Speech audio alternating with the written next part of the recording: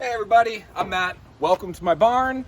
Today, I just got back from the Oley swap meet in Reading, Pennsylvania, just outside of Reading, Pennsylvania, and I'm very excited because I just picked up a new 1959 Triumph Tiger Cub. So, come with me, we're gonna unload this bike, take it into my shop, and we're gonna check it out. It's very complete. I think that maybe we could get this thing running, but we'll find out shortly, so follow me.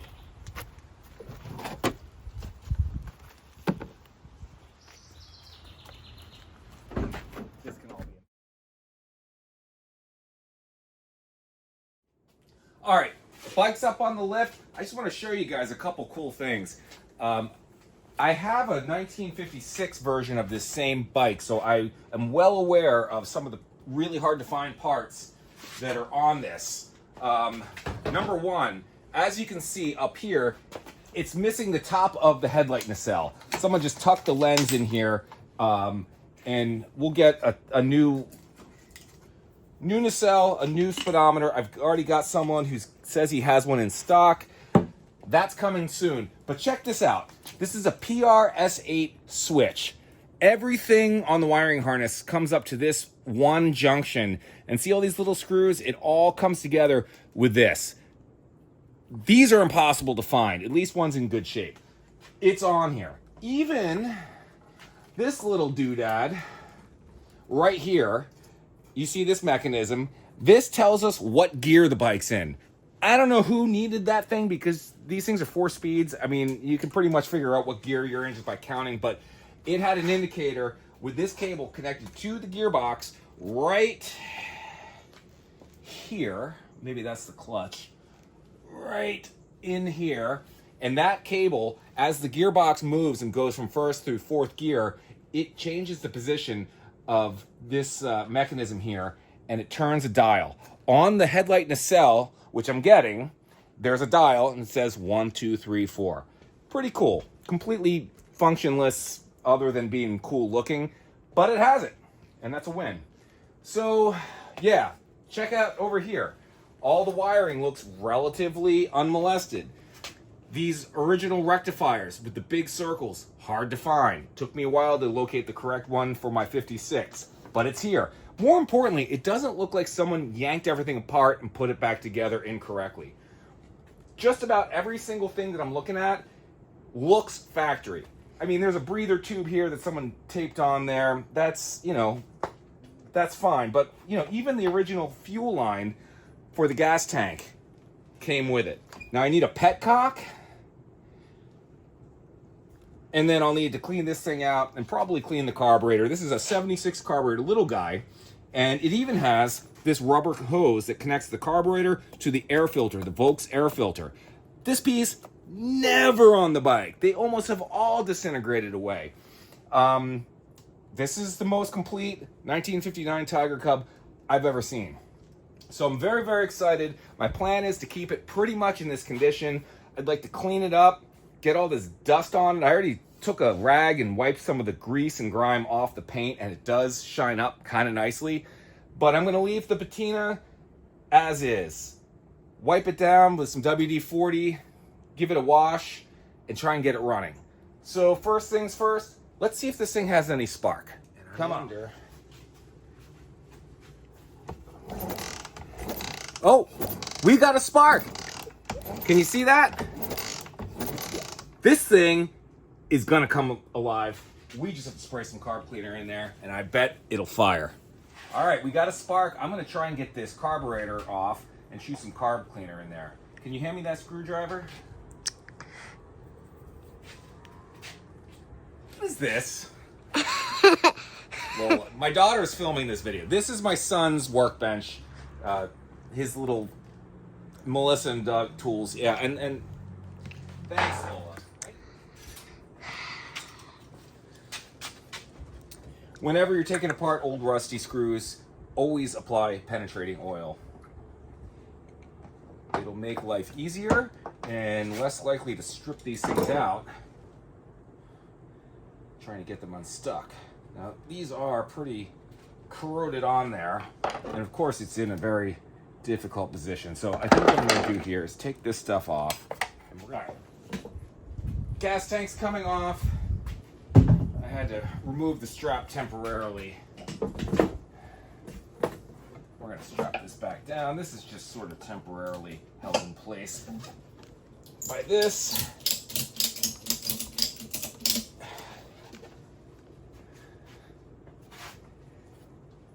All right.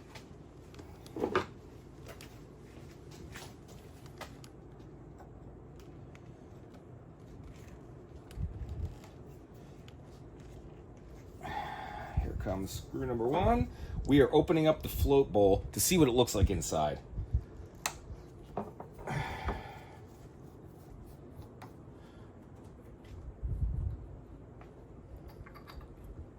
All right. That's surprisingly clean. Whoa! This thing is in really good shape. Let's get that camera in here. Look at that. I was expecting to see white petrified gas, but that thing looks pretty good.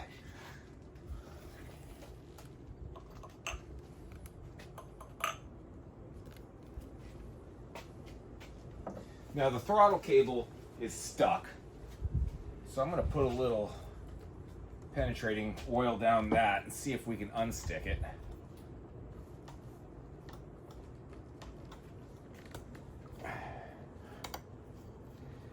I can't even get this thing. Let me see if I can just get a little dab in there. A little bit goes a long way. And maybe while we're working on the other side, that oil will start to work down through the cable and loosen it up. Most likely this thing's been sitting for 10, 20, 30 years, who knows, and it's just rusted to the sheath. In the meantime, this rubber boot that goes to the air filter is completely petrified. So the rubber has turned into something unmalleable, and I don't know if I'm going to be able to save it, unfortunately. But I'm going to try. So what I'm going to do is take the carburetor off and see if we can get that boot off as well. We're going to need to take the carburetor off anyway, so might as well start there. This is a 1/4 inch 3/16 Whitworth wrench. If you're new to Triumphs, it's not metric, it's not SAE, it is Whitworth. Everything is an oddball size, and you have to have a correct set of spanners in order to use any of the, to get any of the hardware off without damaging it. If you use something that's a little bit too big, sometimes a metric or an SAE wrench will almost work, but you'll risk rounding off all the nuts and bolts. And that's another thing about this bike that really impressed me when I saw it. It looks rough to the uneducated eye, but if you can see this, those nuts, not only are they original, but see how crisp the edges are? No one has put an incorrect spanner on this nut and rounded the edges off. This is in incredible condition. At first, I thought this was a total basket case, but the more I get into it, the more I love this bike. So there's nut number one. We're going to put all of our hardware together so we don't lose it.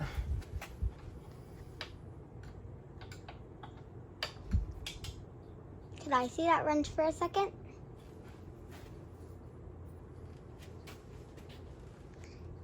One sec.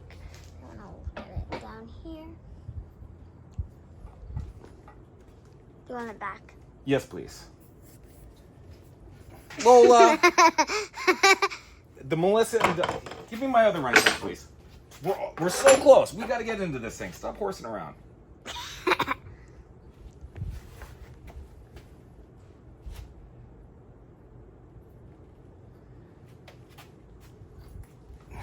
That was the last one. Trying to get these washers off so that I don't lose them. That goes there. And the other washer. Now, let's see if we can get this off without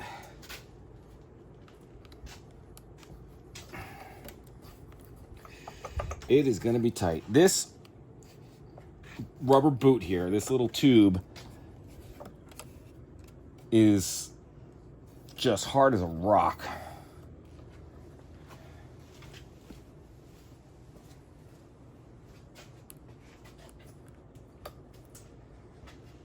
Can you hand me that screwdriver, please, sweetie? Mm-hmm. The red and blue, that one. Thank you.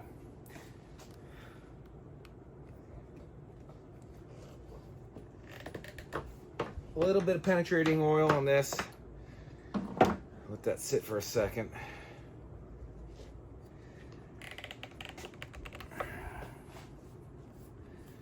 It's still being stubborn, and I do not. There it goes. Now, let's take the slide out, which is also stuck.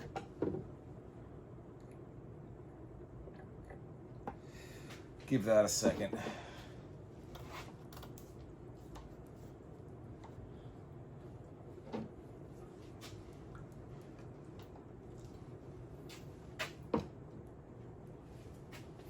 Smell that penetrating oil?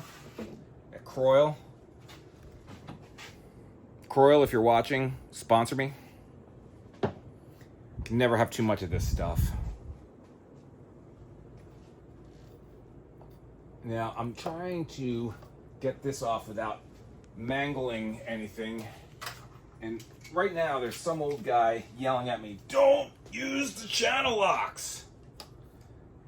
I'm gonna be careful. It's just this thing is really stuck. I'm gonna gently, without marring anything, turn the top of the carburetor and it's loose. Now I'm doing it by hand.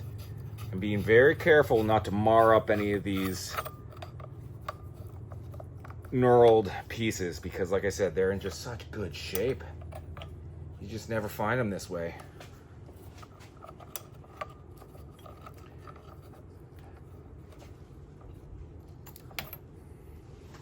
Let's grab a razor, cut some of this electrical tape off. You know, the fact that there's electrical tape, oh my gosh, look at this.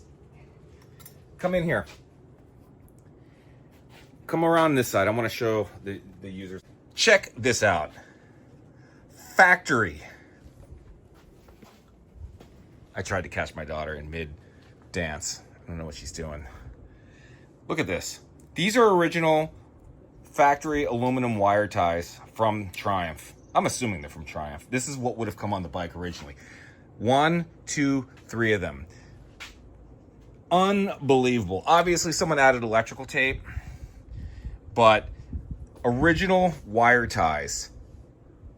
These tabs right here are for the air pump, which I do not have.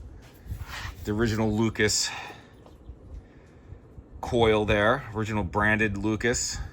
Even some of the paint with the patent number on that rectifier. Let's see if I can get a better angle here. You know, those numbers, usually that's all worn off. It's just so cool. Here's another really cool piece. This tail light,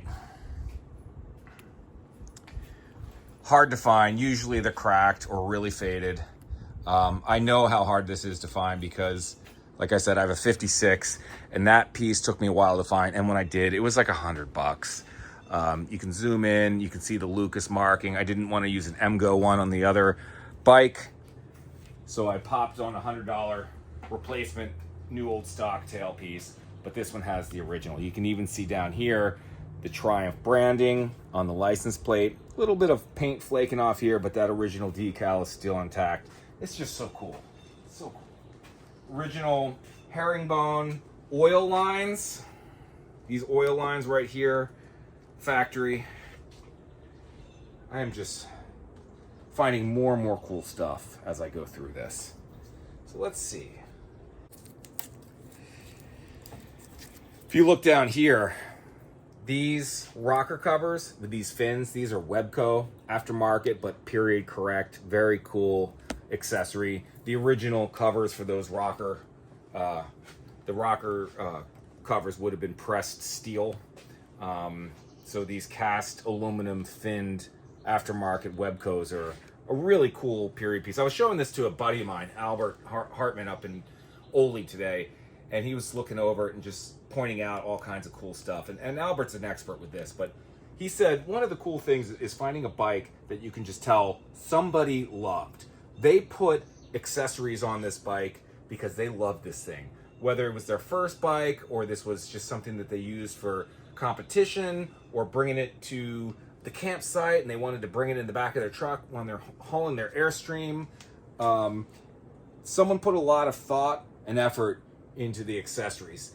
These rubber covers, these are a period piece. These are Doherty covers for the both throttle and clutch lever. The levers are original. The rubber sleeves are an aftermarket thing that somebody thought to buy.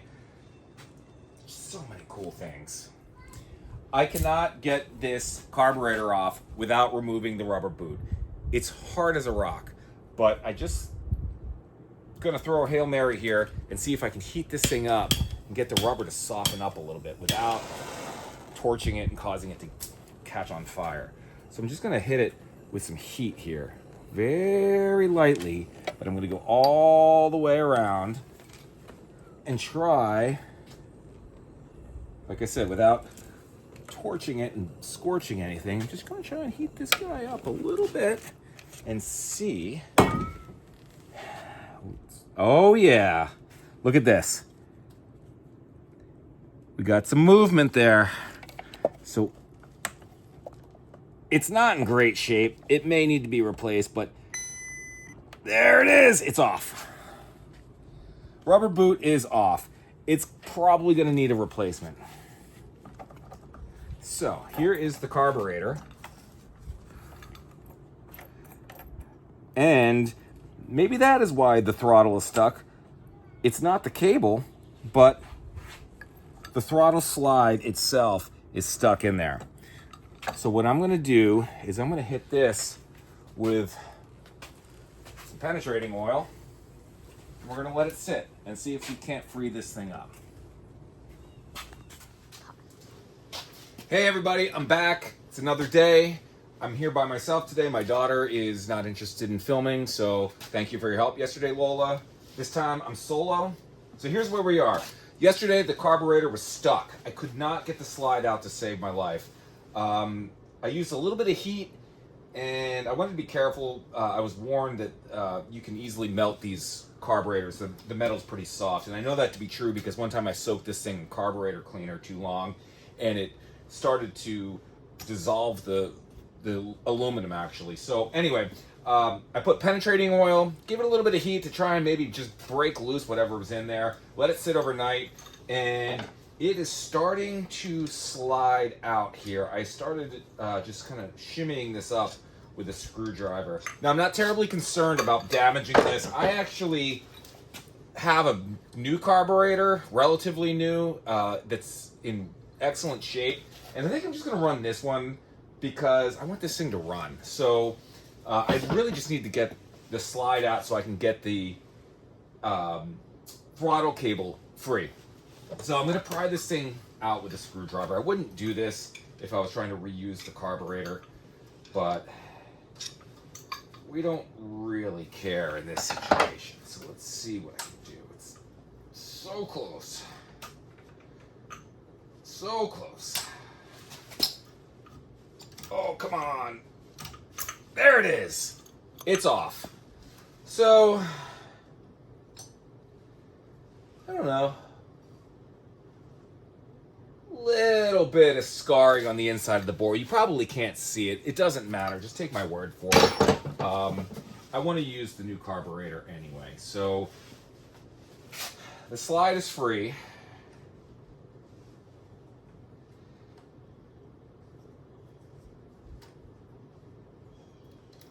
And I need to pull the spring up.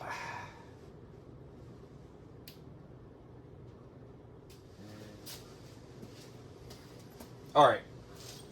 I took it apart and did it again. I didn't have it in straight, so it wouldn't seat. But I've got the slide connected to the cable. Now, I'm ready to bolt up the carburetor. Before I do that,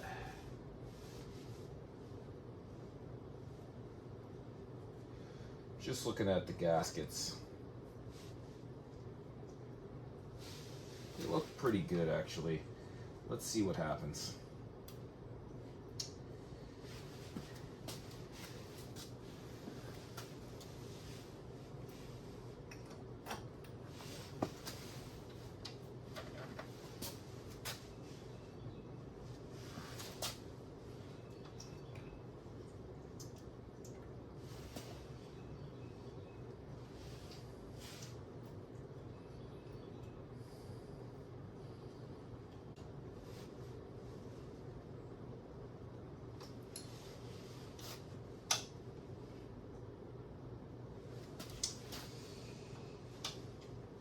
Really use a torque wrench, but I'm pretty good at getting these things even.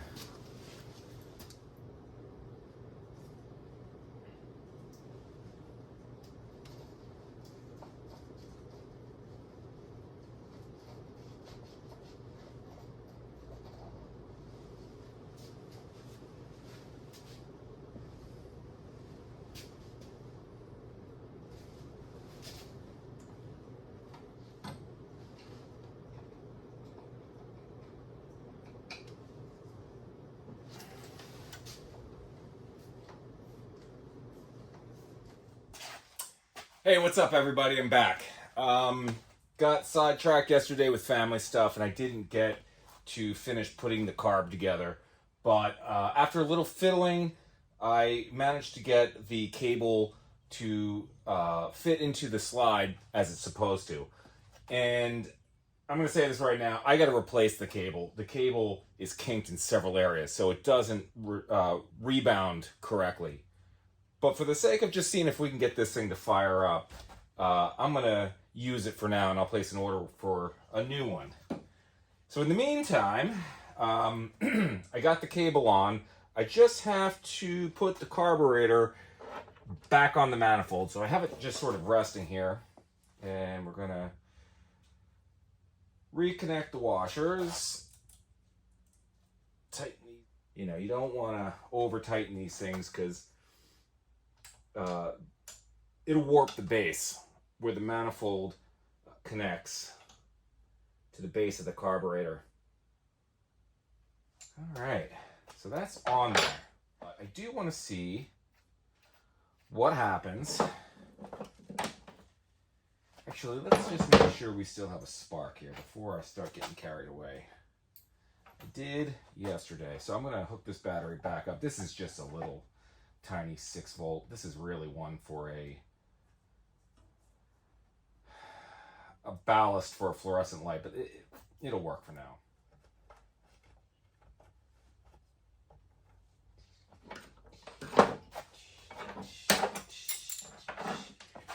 Move a few things.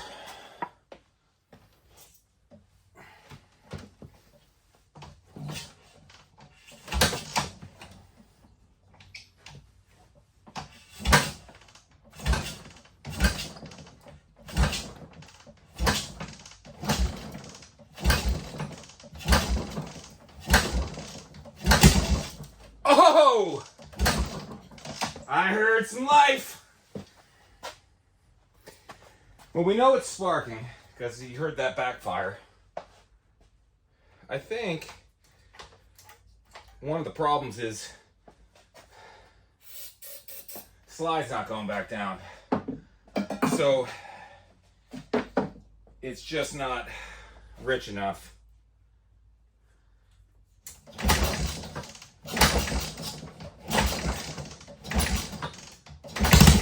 Oh!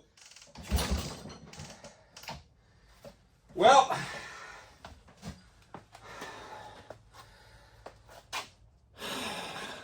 that was pretty good.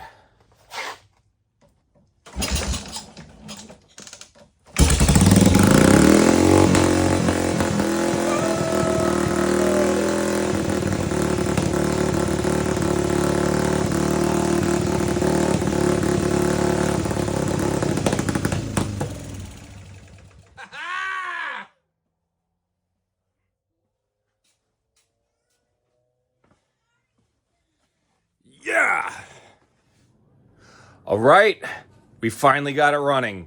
So I had to take apart this throttle. The old one was slipping on the handlebars, and this one's not in great shape either. I ordered a new cable, but what's happening here is the slide is sticking in the carburetor. So I don't really have a good control over the throttle right now.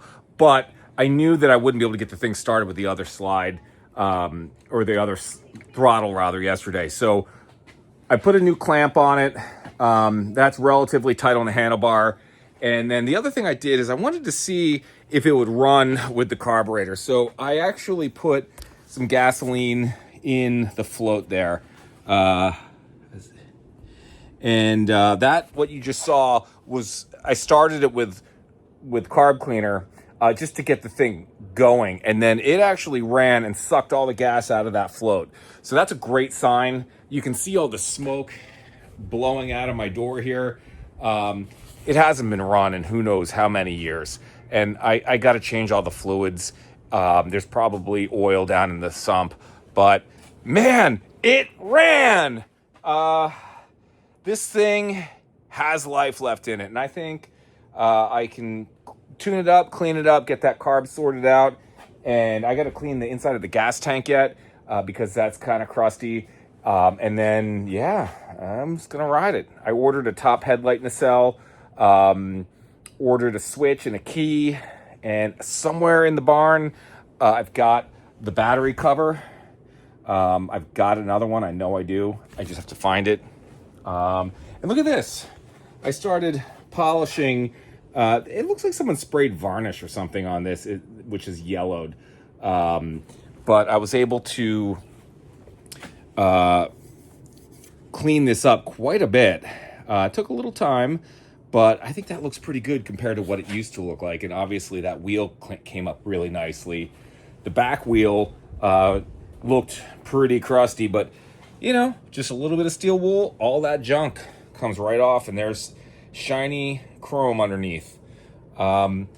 This bike is gonna look really good when it's all done, and it's gonna be so original. I'm gonna leave the black paint over the red paint, and I don't really care. It was done a long time ago. They did a relatively nice job. So yeah, who cares? This bike may have been red all like without pinstripes, just solid red, kind of like that tank. I'm not sure.